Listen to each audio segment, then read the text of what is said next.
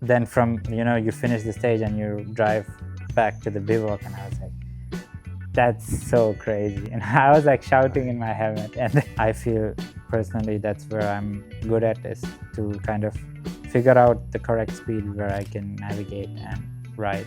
Really forget about the fear of injury, but when you do have, I feel like it's a little bit more there. So yeah, right now I'm in the phase of that, so like there, but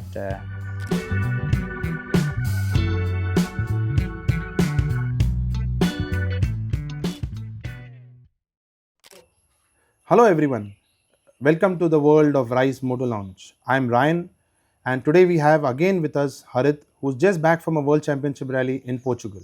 hi everyone. Hi Ryan. Hello. So yeah, I just got back from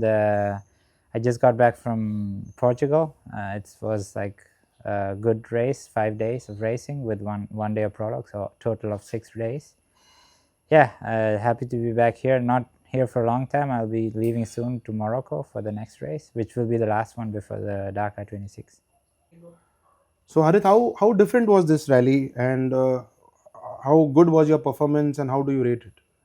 Yeah, I mean, it was. I did it last year. Well, last year I had I think wasn't that great. It was also super raining, and cold. This time only the last 2 days were a little cold. But yeah, this race is, even though there is the road book, it's not that difficult in the per se navigation. So all the roads are closed if there are some intersections. So it's more about going fast, really fast. So if you're good at that, you can do good.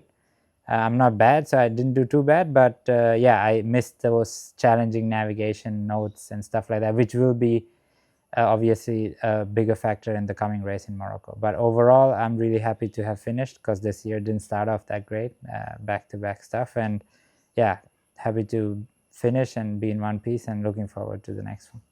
Wow. So, what are your learnings that you'll take forward for the next round in Morocco? I mean, Morocco is completely different to Portugal. It's a more open desert. I would say it's much more similar to the Dakar. Like, it's a proper rally raid over in the desert. So yeah, I think it's important. Like for me, what I try to focus on is just to do my best every day at every kilometer, and get it to the finish line. Correct. So, as you mentioned the Dakar, so let's talk on the Dakar. So, what are your plans for this Dakar? How have you prepared, or how do you prepare a year-long schedule for the Dakar? Be it mentally, be it physically, be it on the at the saddle time. How do you do it? Yeah, the Dakar, it's like once in a year. It's the biggest race, I would say. I mean, there's also the, like, Portugal and Morocco, there's a world championship, but it's one race that's more important than any other race. Very true. Which is nice because you have a lot of time to prepare, but it's also not nice because you have to. That's the only time you can do good or whatever. So, yeah, it's a super long process to get good for the Dakar. You try to prepare as much as you can, physically, mentally. Try to be in a good shape, and obviously, I don't think anyone has a smooth Dakar. There will always be complications. It's about how you deal with them during the race. So yeah, this year has, like I said, started off with some issues, and now we are slowly getting back to the flow of things. So hopefully I will have a good couple of weeks and months, the next 2 months before the Dakar. Fine. So Dakar being the epitome of rally, a small piece of history. What made you take the shift from Supercross racing in India to the rallying world in the international races? Well, obviously I started off racing here locally, close by here. The paddy fields is right down here, down the road. I'll show you later. But yeah, I then after that I went to see the races, like the Indian National Championships, and that's when I saw the team TVS. And sooner or later, like the next year, I joined them, and then I did Supercross, because that was the first thing I saw and the first thing I learned, and I really loved it.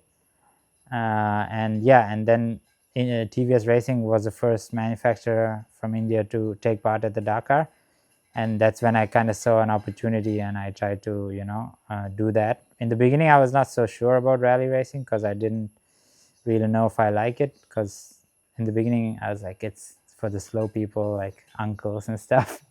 But yeah, once I did it, the first race was Morocco, and then Dakar 1 year later, I completely fell in love with it, and I haven't really looked back. And yeah, now it's kind of my life. So what's the change in the training, in the mindset, compared to you earlier preparing for Supercross races and now preparing for this week long, 2 week long rallies? So what is the change in the training in terms of fitness, in terms of mindset, and in saddle time? Yeah, training, it's obviously like you said, it's a little different. Supercross here was more like 10 minutes long, and now it's 2 weeks and for multiple hours, so it's a little different.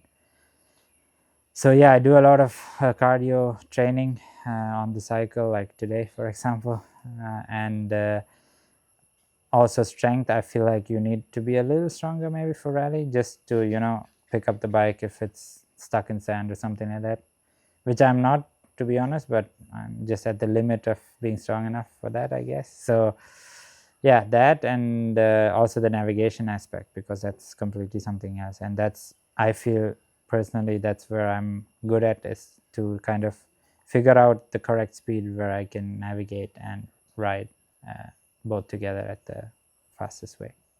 How you cope with any maybe a mechanical failure or maybe a DNF in any stage? How do you cope mentally? Because Dakar is also a very grueling sport on the mental front. So how Yeah, do you cope up with that?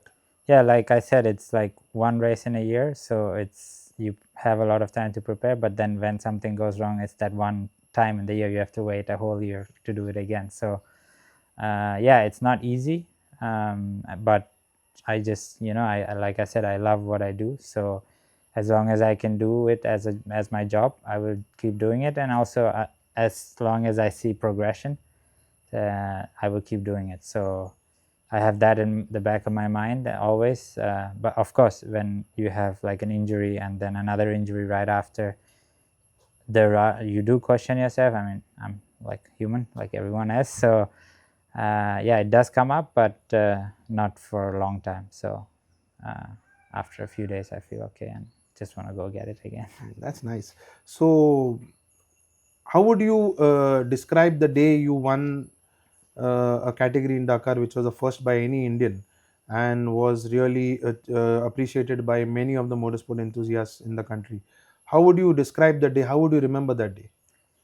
Yeah, that was definitely like, I feel like the longer the longer now, like as the days pass, I feel like it's even a bigger achievement than I actually thought at that moment. At that moment, I feel like it just passed so fast.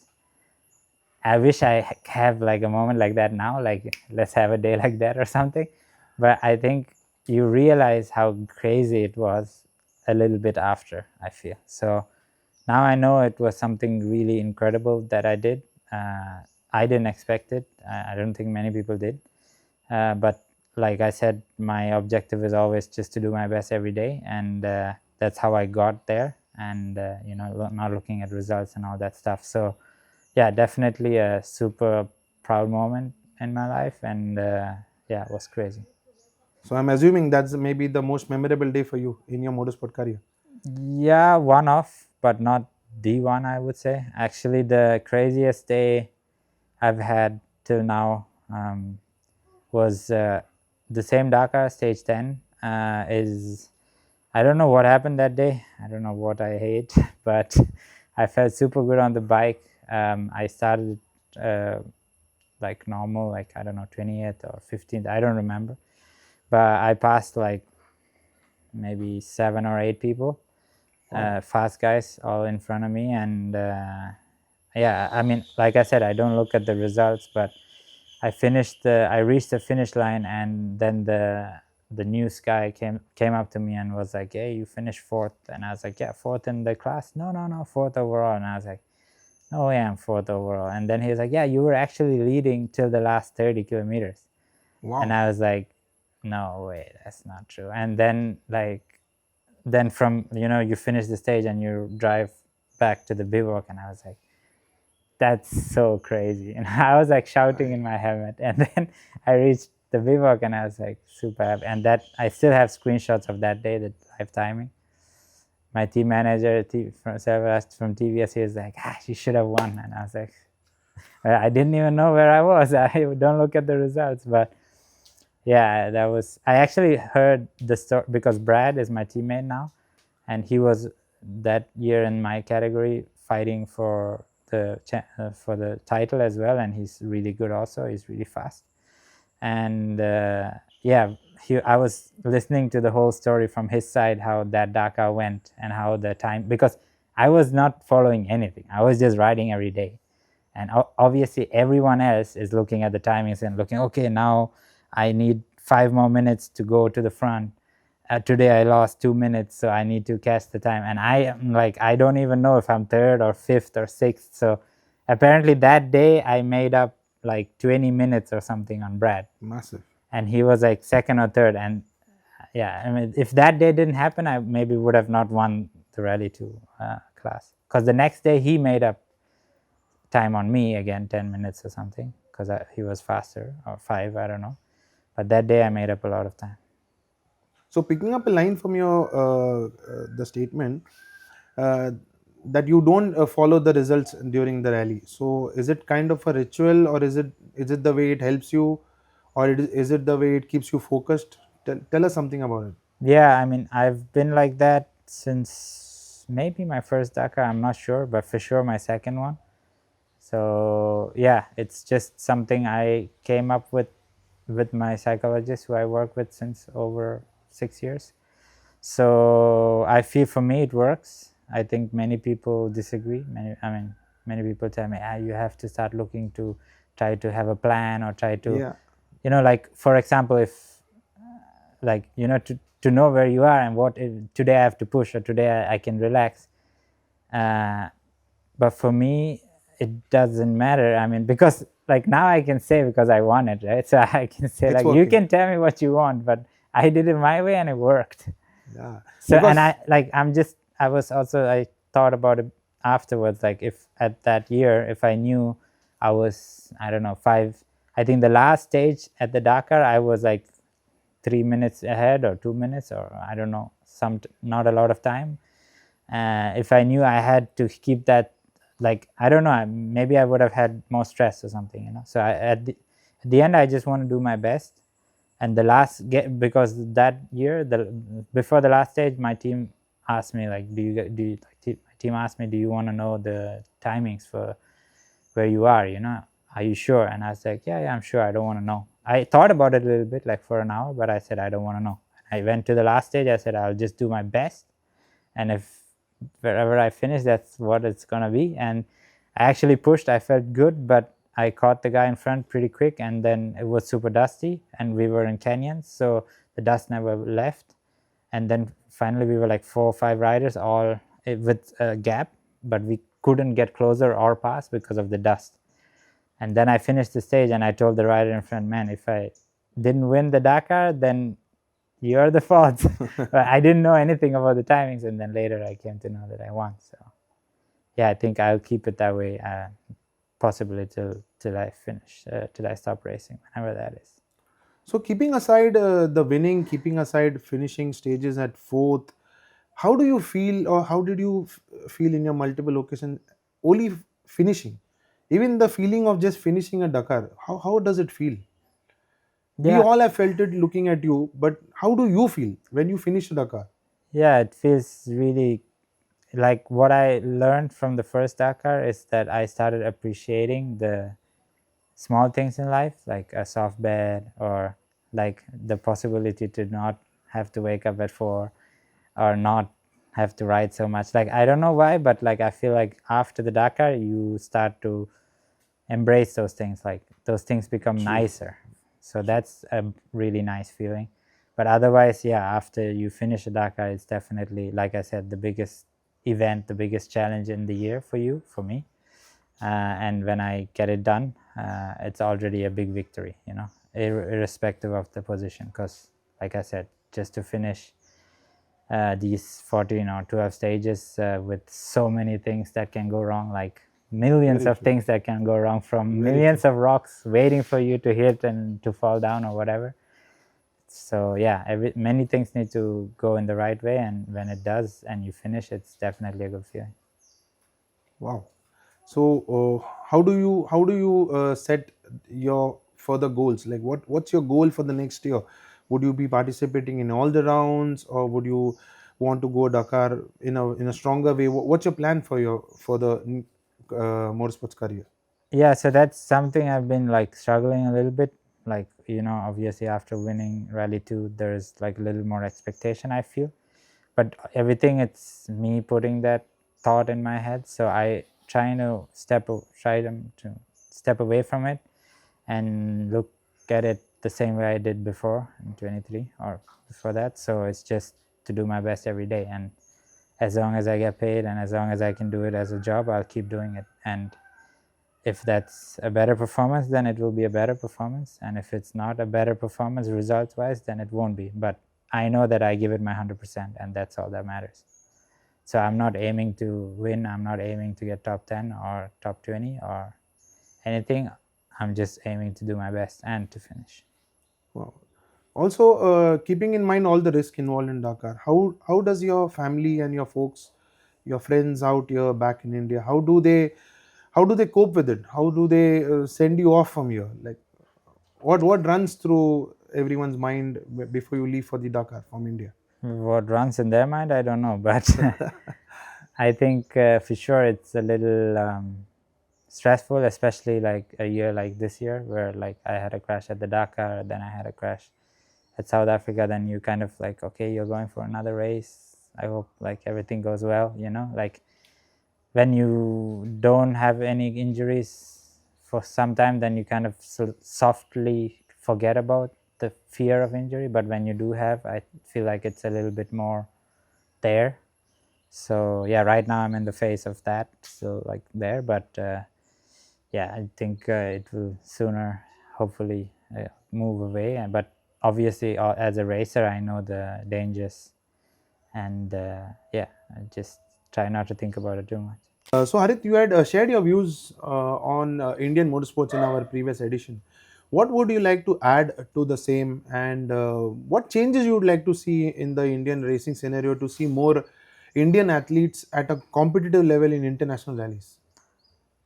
Well, I mean, it's not like something I want to change per se, but I think yeah, just racing more always helps. So if there are more races, that should help athletes, race more, get more experience, and get better at what they do.